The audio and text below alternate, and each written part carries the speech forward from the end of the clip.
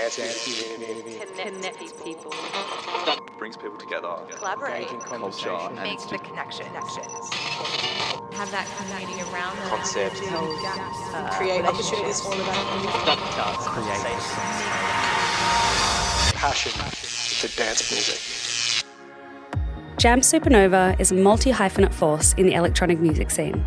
She's been with the BBC for over 14 years, currently hosting a show on Six Music. She curates parties, DJs, and is boss of record label Future Bounce.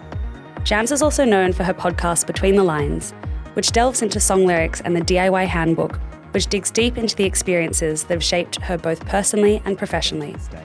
EMC had the pleasure of hosting Jamz at their conference back in 2019, where she sat down with George Maple for an in-conversation about their journeys as DIY artists and offered advice to emerging artists and professionals on similar paths. Hi, I'm Talia Jimenez, and on behalf of EMC, I sat down with Jamz Supernova for a then and now conversation, reflecting on the past 5 years. We dive into the impact of the pandemic on her work and the evolution of being a DIY artist, as well as exploring some topics from 2019 to find out if they're still relevant, plus the importance of community, mental health, and adapting to the changing landscape of the music industry. Before we get into it, let's take a step back in time and listen to some of the key learnings from that 2019 chat that still resonate. Thank you very much, Jane. One of Jamz's key advice as a DIY artist is not to think of it as yourself, but think of it as the business, especially when it comes to financial sustainability. I speak to so many young creators, and I'm like, how much of your money are you putting back into you? Or they'll be like, oh, well, that's expensive. Or I'd be like, but what did you spend last night going out? Yeah. How much of that could you have put into an ad or put into getting a graphic designer? The money that you make is coming to you. Yeah. And you think of that money as directly you. So for you to pay out for this and to pay out for that, it feels like it's coming directly to you. But when you see yourself as a business, Yeah, exactly. and let's say you have a business account, Yeah. the money goes into the business, you pay yourself your monthly salary, but whatever comes into the business stays in the business. So then when you do have to pay out for something, it doesn't feel personal. And I think it helps then when you're negotiating rates as well, to not think of it as yourself, but think of it as the business. Whereas when you think of it as yourself and you're directly personal, you're like, some days you might not feel like you deserve that much, or some days you might question if you should ask for more. Yeah. Whereas if it's the business, you're going to go a bit more gung-ho, and you might go over and meet someone halfway, but you probably got more than you bargained for. Yeah. For Jamz, looking after her mental health and the importance of self-care has been a lesson she has had to learn along the way. In 2019, she talks about actually blocking time out for self-care. I think I used to think it was all about just working, and I'll sleep later, But I think actually with age, I've kind of started to know that actually I want to work smart and not work hard.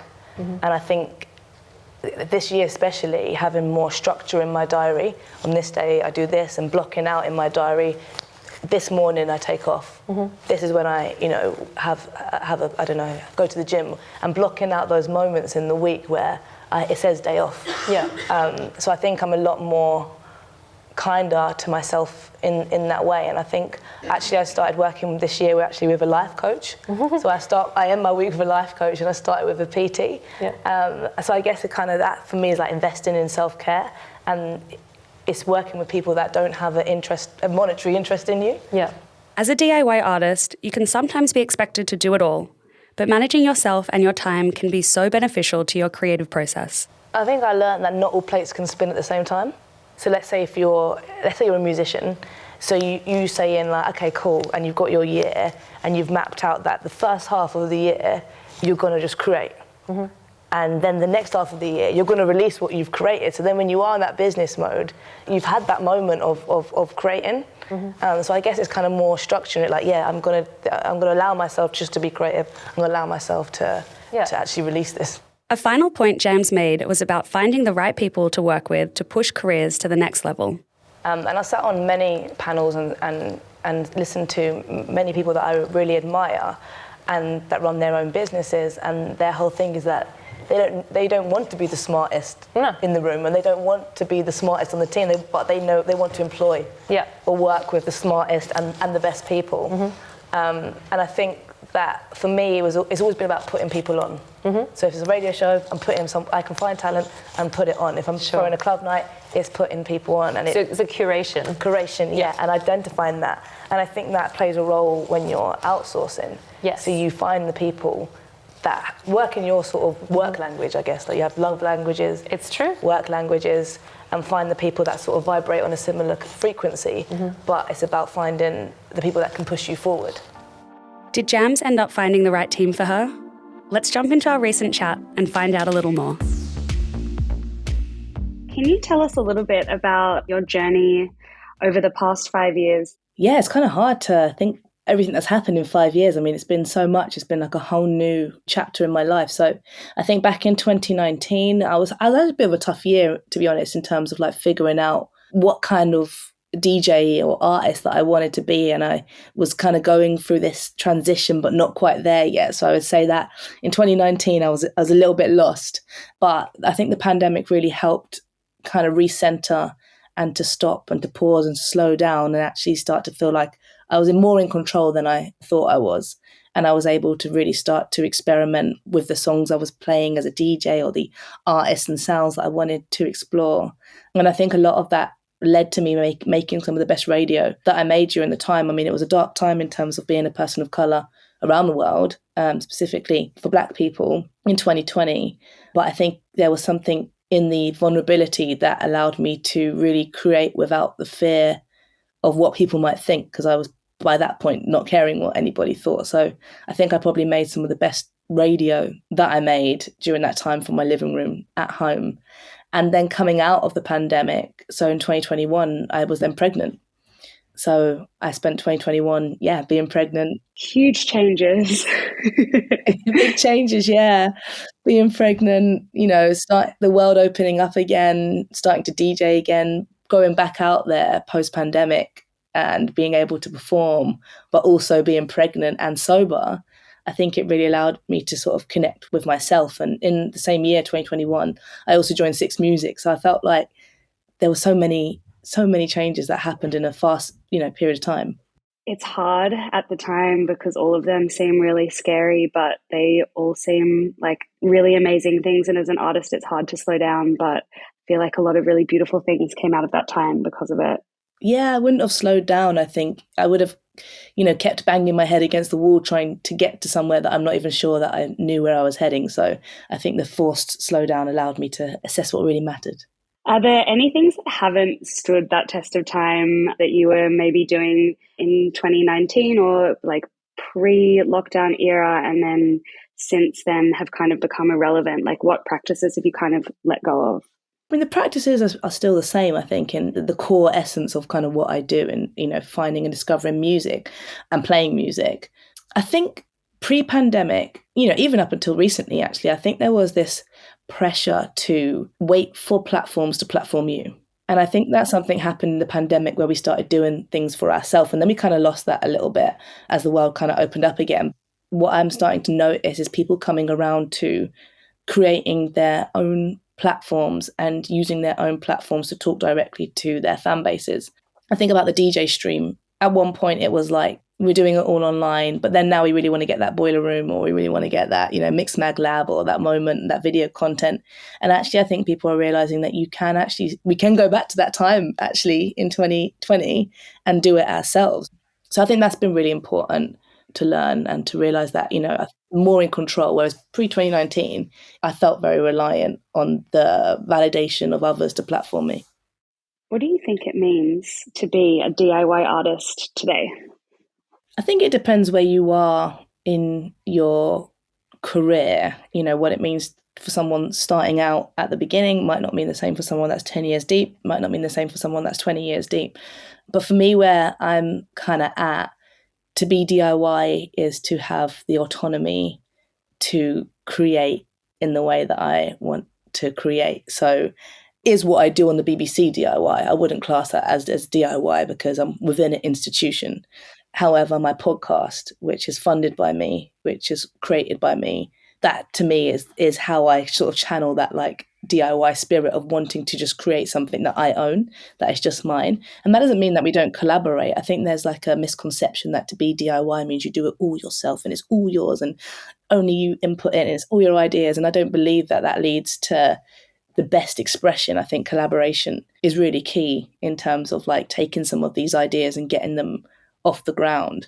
But also for me, I think, I don't have to be the sole owner, but I think ownership away from institutions is important to me because I have been on the BBC for a long time. So I want to know, what do I own? If they drop me tomorrow, what do I have? Again, who's my audience away from that? So I think autonomy, I think that being able to create freely, in various different mediums, not being constricted to just one, type of medium. And then I think it's also like, I think it's hard for DIY artists because it's finding ways to fund that now. When you have an idea and you want to do a podcast and you needs to look like this and you need this mic, it's like finding the ways to finance it. Sorry. So when I think about the things that allow me to be DIY, it's often making money elsewhere for other people and then funneling it back over. This is the thing about being a DIY artist, and there are lots of stats out there on musicians and DIY specifically, and not a lot of people are able to make that work as their sole and only form of income. You're substituting it with a lot of other different kind of revenue streams. Is this the sort of thing that you found in your own practice and like looking at other DIY artists?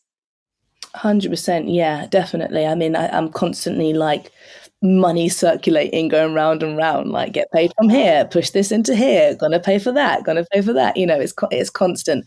But what I try to do is work out what do I need to live off, and then everything else gets put back into Jamz Supernova. But like I said, it swings and roundabouts because there's some times or some periods in your life where, like when I was having Forest, for example, and moving house at the same time, I wasn't able to put as much into the business. And I think also it's knowing when to, like for artists more on the music side or the label side, running labels, like when to ask for investment. Say from the label, I had an investment to begin it, then I self-funded it for 2 years, then I got some investment again, and now I'm back to self-funding it, and it's all about the needs of the label. It's been 5 years that we've been running the label, and, every chapter's been either funded by me or funded by somebody else. Do you find that this really allows different kind of creative expression and like freedom, I guess, like typical constraints that would be in the music industry, like genre buckets, or do you find yourself being able to be more fluid with all of your different projects and sound and this sort of thing by being a DIY artist? Yeah, I think so, because I think, when you are DIY, it's kind of you and your team that you have to answer to. And the measurables of success are what you believe to be successful, Success might not mean playing to 10,000 people. It might mean playing 10 times a year to 1,000 people, or, 100 times across the year to 100 people. It really depends on like what makes you happy. And I think that's the beauty of being a DIY artist, is that you can constantly check in with yourself and ask yourself, what is filling my cup right now? What is making me feel happy? And there's quite a lot of people that are doing it at the moment. A lot of us are wanting to play in smaller clubs, and play in smaller, more intimate spaces, and kind of have that control over the night and the people that are coming to it, and creating a really safer space for the DJ and for the people that are dancing as well. So I think that's been really interesting, actually. And it's like, I think, I like playing to 200 people, 150. Like, that's nice. Like, that's my ideal. So how are some ways a DIY artist maybe starting out, if you could give some advice to them on starting their brand and how to kind of to build this identity? I think everything's scalable. So don't be put off by, let's say you have your big ambition, right? And it can feel so far to get to that place. But if you was to scale it back and do what you want to do, but on a smaller level with the resources that you have, and to start it and to be consistent with it, I think you'd start to notice, like, in 12 months and 6 months, some real big changes within your brand and people being aware of your brand, but also in yourself and feeling that creativity and feeling inspired, to get up every day and do the thing you love. But I think scaling it down and starting on looking at who's around you, looking at the locality of people that you can connect with, that you can work with, that can platform you or you can platform them. And starting there, I think, is way more important than kind of trying to get straight to the top. It's like, again, don't wait for somebody to ask you to do a guest mix. Like, start your own guest mix series that you can record and that you can put out, and that you can, make some artwork on Canva for it, and you can tag all the artists that you're playing, and then you can do that every month, and you start to build people that actually listen. Think about the small thing that you can do for your brand today and to be consistent with it.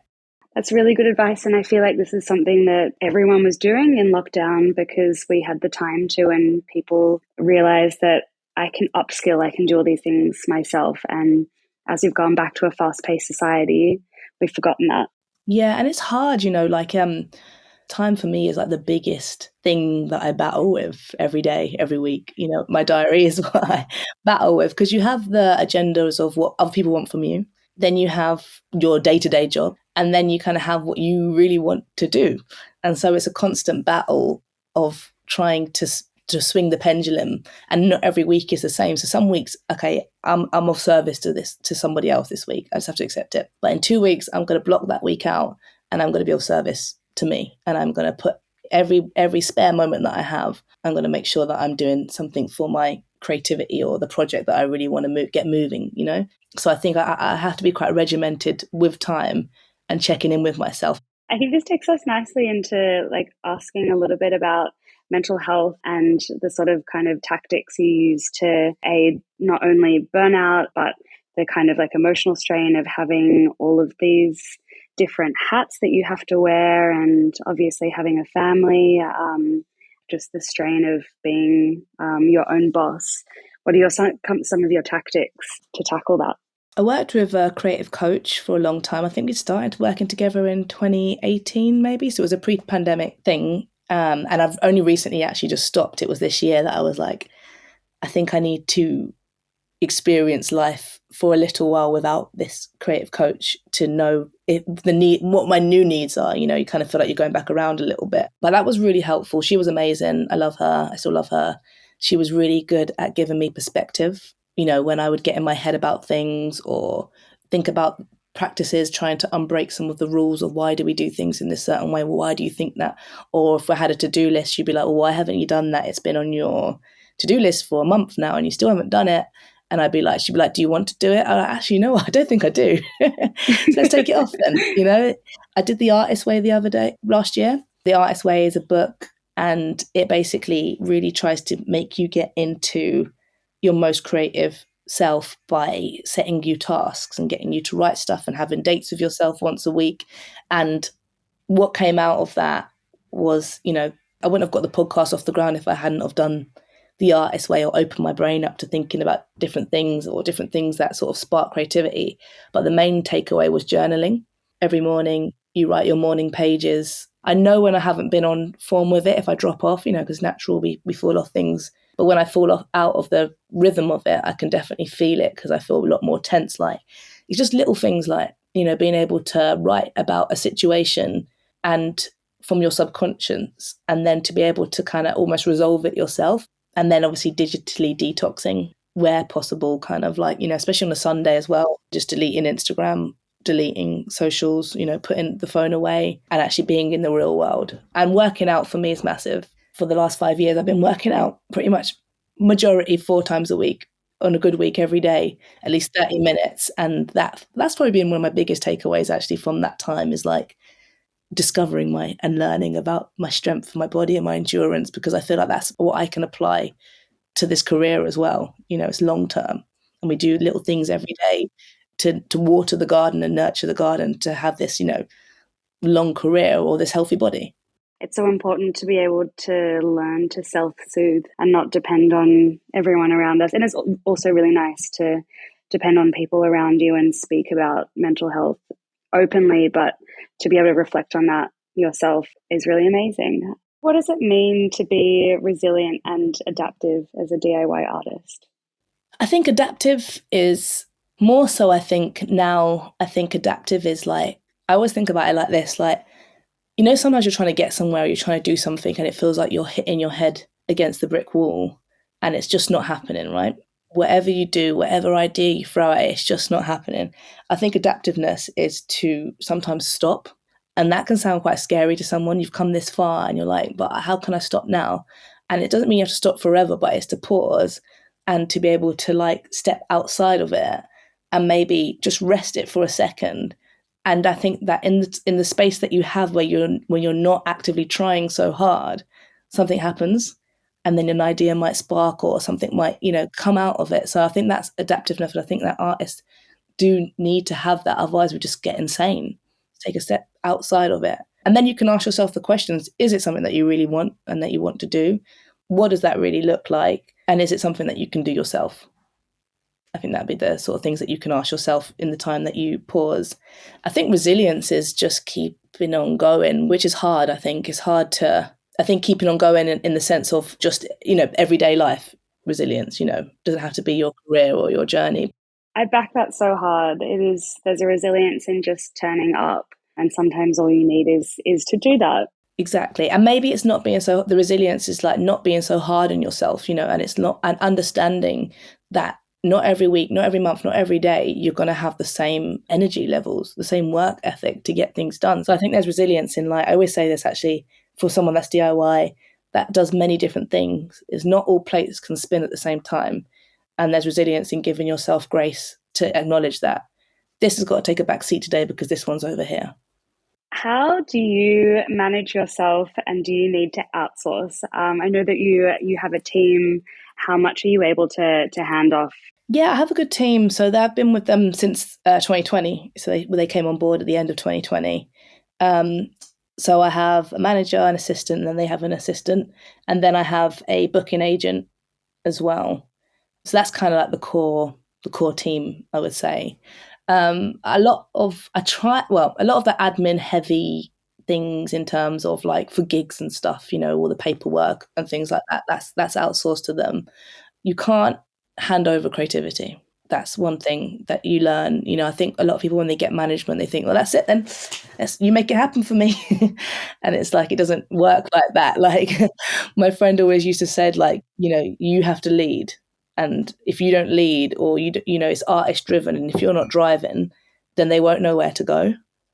So I think what I want from management, what I need from management is to make my life easier, so I can be creative, so I can just focus on the things that I need to do that actually are making money, that are either making me happy or making us money. People don't realize that, and I think that's a really nice thing to dissect. That behind the face of every DIY artist, even though they are DIY, there's a team of people, paid or unpaid, that are just a support network. Yeah, it's really good to recognize that. I quickly want to go through a couple more questions, kind of more on the commercial side. Can a DIY artist navigate that commercial space and be sustainable in that commercial space? I guess without selling out, like and still staying true to their roots as a DIY artist?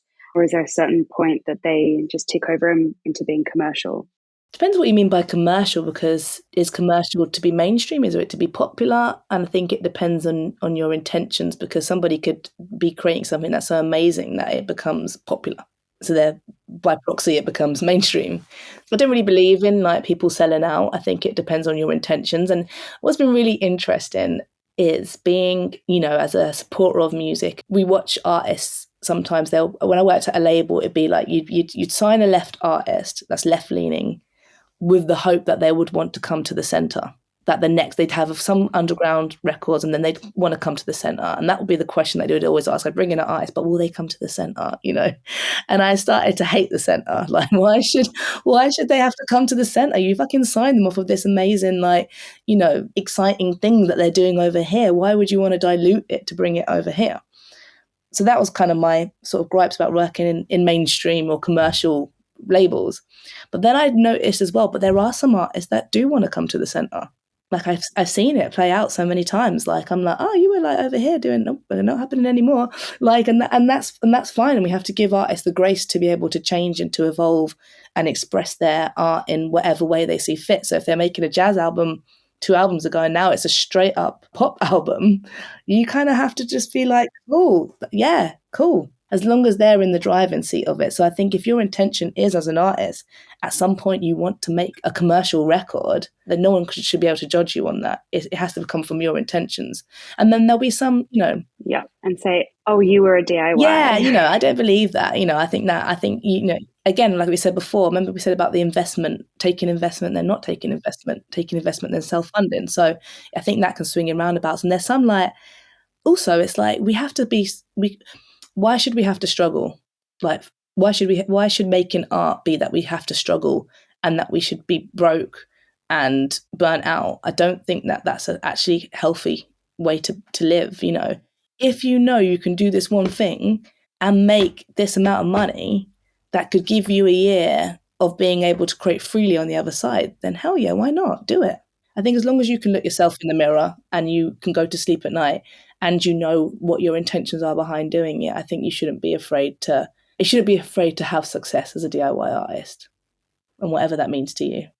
For sure. I mean, the world has changed so much in the past 5 years since you originally had this conversation, and streaming platforms became such a big thing during COVID and, all of this sort of thing, and the whole world around making money as a DIY artist has changed.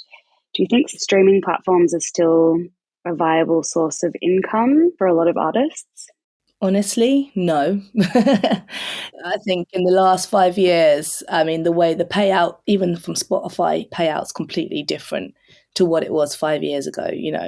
You could have 1 million streams and be like, yeah, that's me. We just made our money back. Let's go. And now you'd need 8 million streams, and Yeah. the cost of things have gone up so much. So you could have got a video for $2,000 that now costs $4,000. A PR campaign for $500 now costs $2,000. The numbers start to add up massively, and it almost becomes hard to make back your money from making music. And that's why I think, sync has become really, really popular in the last 5 years, because big sync could pay back everything you spent, just one sync. That's all it could take.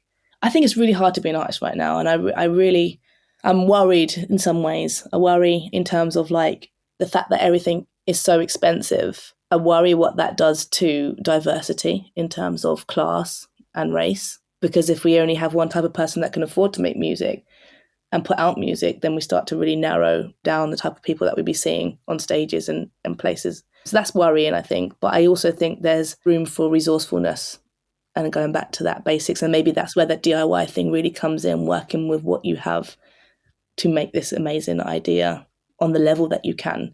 Because, you could spend 20 grand on a video and it looks shit. It could be shit. You could spend £200 on a video and really think outside the box and make something that is incredible. Looking into the future, what do you think it's going to look like for DIY artists? I think we should focus on getting through the next 5 years and coming out of it, hopefully, the other side. But I think the future is in community. The future is in connection with people, really connecting with people, not seeing people as commodities, seeing them as people that are investing in your art and giving their time to you and rewarding them for that time and money that they've just chosen to give to you and to spend with you.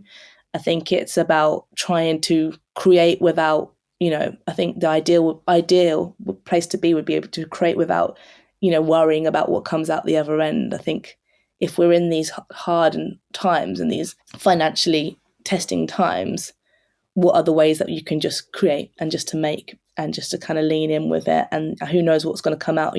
Who would have thought we would have all these amazing albums off the back of lockdown? We're in a different crisis now. So I think that the art will live on. I think the DIY spirit will definitely live on. It will need to. It will have to. It can't end. It just needs to marinate for a while. And I think people just be comfortable doing what they can as much as they can, but not putting the pressure on themselves, because it's, everyone's feeling it on different levels. I feel like we're seeing a trend lately of there's so many amazing DIY artists and the big record companies are going, oh, we kind of want a piece of that, and are looking more and more to work with DIY artists in a way that kind of suits them. Like the structure of that is changing. Have you seen that? Yeah, definitely. That was kind of when all the, big labels started, the distribution companies, and then started working, with labels, like myself or other labels. They want a slice of the pie. They want the real estate. the monopoly, but they don't want to have to necessarily do the work to get it. They just want the back end finances, which I don't know if that's really constructive.